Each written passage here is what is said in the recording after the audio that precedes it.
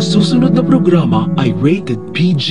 Ito ay nangangailangan ng patnubay at gabay ng magulang para sa mga batang manonood.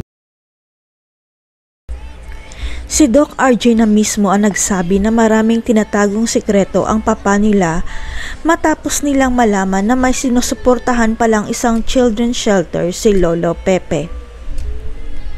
Kaya nang malaman ni Annalyn na nagpe-perform pala si Lolo Pepe tuwing Pasko para sa mga bata, hindi sila nagdalawang isip ni Justine na mag-perform kapalit ni Lolo Pepe. Hanggang sa makilala ni Justine ang batang si Andoy sa children's shelter dahil pakiramdam niya magaan ang loob niya sa bata na tila hindi niya maipaliwanag. Kaya nasabi ni Justine kay Andoy na tawagin siyang Ate Justine dahil napakagaan ng loob niya sa bata na pakiramdam niya na parang magkadugo silang dalawa. Hindi nga nagkakamali si Justine sapagkat si Andoy ang dahilan kaya sinuportahan ni Lolo Pepe ang children's shelter dahil may nadiskubre siya tungkol sa ama ni Andoy.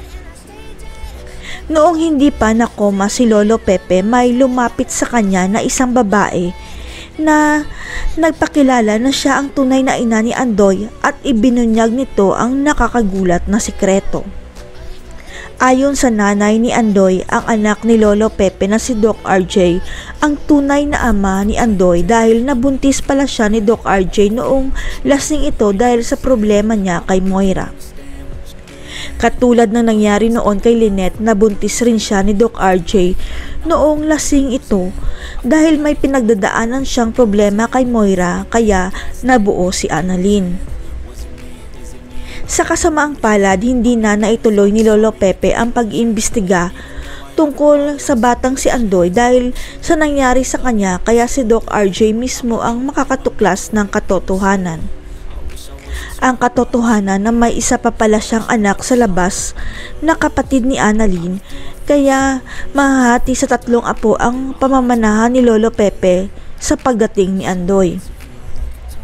Kaya kailangang magising na si Lolo Pepe para masabi niya na si Moira at Zoe ang nagpakidnap sa kanya para mabigyan ng hustisya ang malagim na sinapit niya. At para na rin mapermahan ni Lolo Pepe ang last will and testament na inalisan niya ng mana si Zoe dahil ipapalit ni Lolo Pepe ang isa pa niyang apo kay Ubeng na si Andoy. Kay Andoy kaya mapupunta ang ipapamana kay Zoe dahil isa siyang tunay na tanyag. Magiging kakampi kaya o magiging kalaban ni Annalyn ang pinsan niyang si Justine? Abangan.